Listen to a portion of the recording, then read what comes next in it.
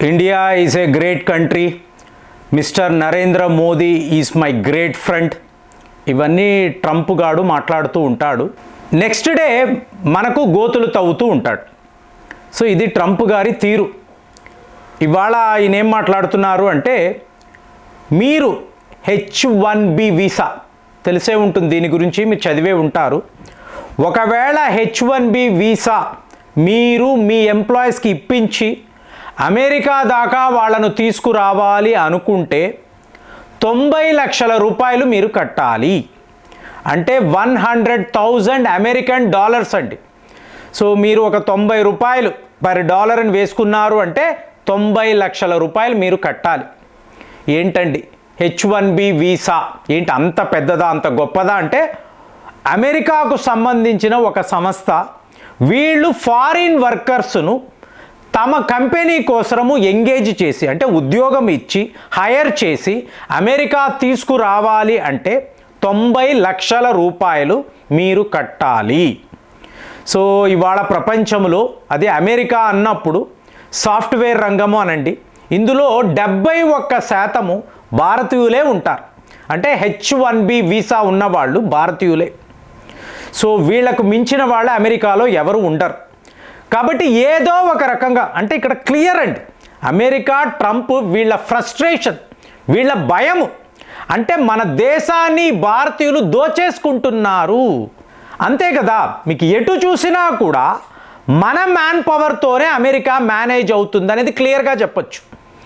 ఇప్పుడు మీరు ఒక సాఫ్ట్వేర్ రంగము అనండి, టెక్ రంగము, డాక్టర్స్ మీరు చూడండి భారతీయులే ఉంటారు. ఇదేంటి నాకు తెలిసి 1994, 1995 ఈ టైంలో మీరు చూసారనుకోండి, మైక్రోసాఫ్ట్ లాంటి కంపెనీ బిల్ గేట్స్ గారు so world man power hunt అని చెప్పి ఈయన మొదలుపెట్టాడు. చాలా పెద్ద సంస్థ, నాకు వేలలో మ్యాన్ పవర్ కావాలి, ఎక్కడ దొరుకుతారు అంటే మీకు చవక ధరకు మీకు క్వాలిటీ వర్క్ చేయగలిగిన వాళ్ళు భారతీయులు, అందులోనూ దక్షిణ భారతదేశం నుంచి వచ్చే తెలుగు వాళ్ళు, తమిళ్ వాళ్ళు. సో వీళ్ళు ఎక్స్ట్రాడినరీగా వర్క్ చేయగలరు చవక ధరకే, తక్కువ జీతానికే. ఇది బిల్ గేట్స్ గారు కనిపెట్టారండి. సో ఆ టైంలో 96, 97 మా మిత్రులు ఎంతోమంది పొలోమంటూ అమెరికా వెళ్ళారు. వెళ్ళినప్పుడు వాళ్ళు ఇదే మాట్లాడేవాళ్ళు, మన సౌత్ ఇండియన్స్ అంటే బిల్ గేట్స్ గారికి ఒక గురి. సో వీళ్ళు బాగా కష్టపడతారు కానీ జీతాలు తక్కువకే వీళ్ళు వస్తారు, ఇది ఆయన తెలుసుకున్నాడు. మెల్లమెల్లగా ఈ ట్రెండ్ ఒక గూగుల్ అనండి, ఫేస్బుక్ అనండి, అమెజాన్ అనండి, ఇలాంటి సంస్థల్లో కూడా ఈ భారతీయులను హైర్ చేసుకుంటే తక్కువ జీతము, ఎక్కువగా కష్టపడతారు, ఇది బాగా స్ప్రెడ్ అయిపోయిందండి. సో ఈరోజు మన దిగ్గజ సంస్థలు, వీళ్ళే మామూలు వాళ్ళు కాదు కదా. ఇప్పుడు టాటా వాళ్ళు ఉంటారు, వీళ్ళు అమెరికాలో ఒక కంపెనీ పెడతారు, పెట్టి మన భారతీయులను హైర్ చేసుకుంటారు. మీకు యుఎస్లో ఉండే ప్రాజెక్టులంతా కూడా చవక ధరకే వీళ్ళ కాంట్రాక్ట్ తెచ్చుకుంటారు, మన వాళ్ళ చేత ఉద్యోగాలు చేయిస్తారు, లాభాలు పొందుతారు. అంటే ట్యాక్సులు మాత్రమే కట్టి అమెరికా అనబడే ఇంత పెద్ద దేశాన్ని ఈ భారతీయులు మ్యాక్సిమం వాడుకుంటున్నారు అనేదే వీళ్ళ ఏడుపు. అంటే దీనివల్ల అమెరికాలో ఉండే ఈ దిగ్గజ సంస్థలకు చాలా బెనిఫిట్. కాబట్టే కదా యాపిల్ వాళ్ళు, మేము ప్రతి ఒక్క ఫోన్ భారత్లోనే తయారు చేస్తాం. ఎందుకు చేయాలండి, అమెరికాలో చెయ్యొచ్చు కదా, అవ్వదు. అక్కడ మీకు మ్యాన్ పవర్ చాలా కాస్ట్లీ, మళ్ళీ వాళ్ళు బద్ధకస్తులు, మనలా కష్టపడి పనులు చెయ్యలేరు. ఇక చైనా వాళ్ళు మనతో కంపీట్ చేయగలరు, కానీ చైనాను ఎవరు నమ్మలేరు. వాళ్ళు ఈ టెక్నాలజీ అంతా మళ్ళీ వాళ్ళ దేశానికి తీసుకెళ్ళిపోతారు. కాబట్టి మీకు హాట్ ఫేవరెట్స్ ఎవరు, భారతీయులే. దాంతో ఇప్పుడు ట్రంప్కి ఎలా అనిపిస్తుంది, ప్రజలను ప్రసన్నము చెయ్యాలి, ఎన్నో రకాలుగా మీకు అడ్డదిడ్డంగా ఏవేవో పాలసీస్. సో ఇతని పాపులారిటీ అనేది రోజుకి తగ్గిపోతుంది. ఇప్పుడు పాపులారిటీ పెంచుకోవాలి, ట్రంప్ మన కోసమే ఆలోచిస్తున్నారు. సో ఇలాంటి ఒక సిచ్యువేషన్ని తీసుకురావాలంటే ఏం చెయ్యాలి, ముందు ఈ భారతీయులు వీళ్ళు మా ఉద్యోగాలనంతా కొల్లగొడుతున్నారు, సో ఇక్కడికి వచ్చి మాకు ఉద్యోగాలు లేకుండా చేస్తున్నారని అమెరికన్స్ ఏడుస్తున్నారు కదా. సో అలాంటప్పుడు ఏంటి, మీ భారతీయులు ఒకవేళ అమెరికాలోకి వచ్చి H1B వీసాలో ఉద్యోగాలు చెయ్యాలి అంటే ప్రతి సంవత్సరం, ఇది ఇంకా క్లారిఫికేషన్ రాలేదండి, కానీ 90 లక్షల రూపాయలు మీరు కట్టాలి. అంటే ఆ కంపెనీ కట్టాలి. ఆల్రెడీ ఉన్న వాళ్ళకి ఇబ్బంది లేదండి, ఆల్రెడీ ఉన్నవాళ్ళు ఓకే. ఎందుకంటే మీకు 20 ఏళ్ళు ఉద్యోగాలు చేసిన వాళ్ళు, మా మిత్రులు 96లో వెళ్ళారు అంటే మరి ఎన్నేళ్ళు అయింది, ఆల్మోస్ట్ 30 ఇయర్స్ వాళ్ళు అక్కడే ఉండిపోయారు. సో ఇప్పుడు కొత్తగా వెళ్ళే వాళ్ళకి ఇలాంటి కండిషన్స్. మరి ఒక కంపెనీ ఒక ఎంప్లాయీ కోసము 90 లక్షల రూపాయలు ఖర్చు పెట్టాలి అంటే ఇది చాలా పెద్ద మొత్తం కదా. మళ్ళీ ఇది ఒకసారేనా, వన్ టైం సెటిల్మెంటా, నోబడీ నోస్. సో మళ్ళీ కూడా మీరు మా గవర్నమెంట్కి కట్టొచ్చు అంటే హెరాస్ చేయడం, పదే హెరాస్ చేయడం. ఈ రకంగా భారత్కు సంబంధించిన మీకు ఈ టాలెంట్ అమెరికా దాకా రాదు. ఏవండి, ఇది అమెరికాకు మంచిదే కదా, ఎవరైనా వాళ్ళ దేశము గురించే ఆలోచిస్తారు కదా అంటే చాలా పెద్ద పొరపాటు అండి. అక్కడ అమెరికన్స్ ఎక్కువ శాతము మన భారతీయుల మీదే ఆధారపడతారు అనేదే ఇందులో నిజం. ఎందుకు అంటే అమెరికన్స్ అంటేనే ఎక్కువ జీతం అడుగుతారు, తక్కువ పని చేస్తారు. సో మనం అలా ఉండము కదా, కాబట్టి మనకున్న చాయిస్. అందుకే మొన్న ఒక వీడియోలో మాట్లాడాను, మైక్రోసాఫ్ట్ హైదరాబాదులో ఎవరు ఊహించని ఒక కంపెనీని పెడుతున్నారు. అంటే ఉద్యోగాలంతా భారతీయులకే. వాళ్ళు ఇక్కడికి వచ్చి కంపెనీ పెట్టడం వలన మీకు ప్రతి ఒక్క రంగంలో మీకు చవక ధరకే డీల్ కుదురుతుంది కదా.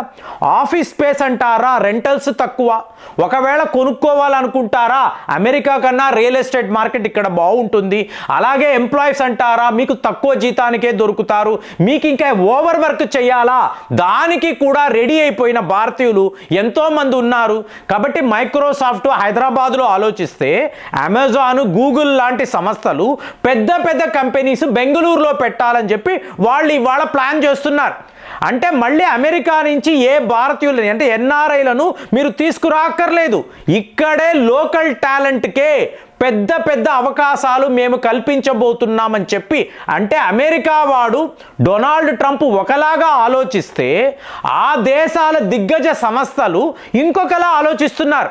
ఫైనల్గా కంపెనీ అన్నప్పుడు మీకు లాభాలే కదండి. సో ఆ లాభాల కోసమే ఎవరైనా ఆలోచిస్తారు, కానీ ఇక్కడ అమెరికన్సా, భారతీయుల, చైనా వాళ్ళ ఎవరు పట్టించుకోరు కదా. సో ఈ లెక్కన ఇప్పుడు మన వాదన ఒకటి ఉంది, మనము ప్రతిష్టాత్మకంగా ఐఐటీసీ ఎస్టాబ్లిష్ చేసాం అంటే మన లోకల్ టాలెంట్ మన దేశము కోసమే అనుకున్నాం.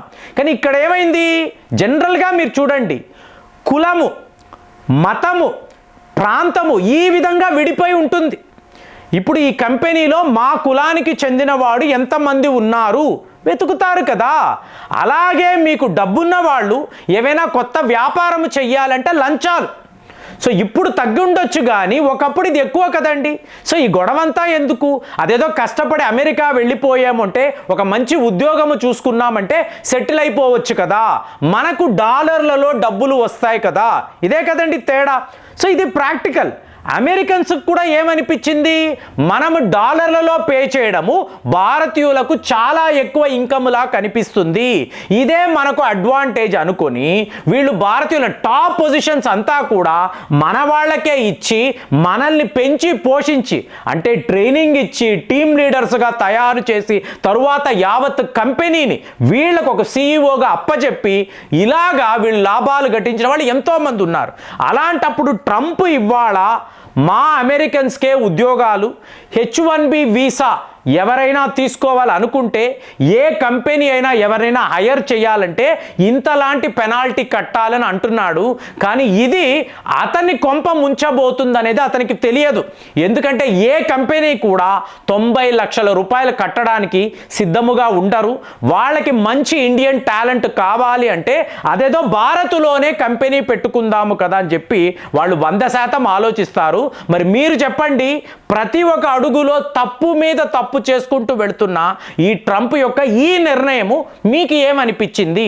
మన టాలెంట్ అమెరికా దాకా రాకూడదని చెప్పి ఇతను ఆలోచిస్తున్నాడు. మరి ఇందులో ఇతని యొక్క ఆలోచన విధానము కరెక్ట్ అంటారా, తప్పంటారా? మీకేమనిపిస్తుంది? కామెంట్స్లో రాయండి. మళ్ళీ వచ్చే వీడియోలో కలుద్దాం. జై హింద్.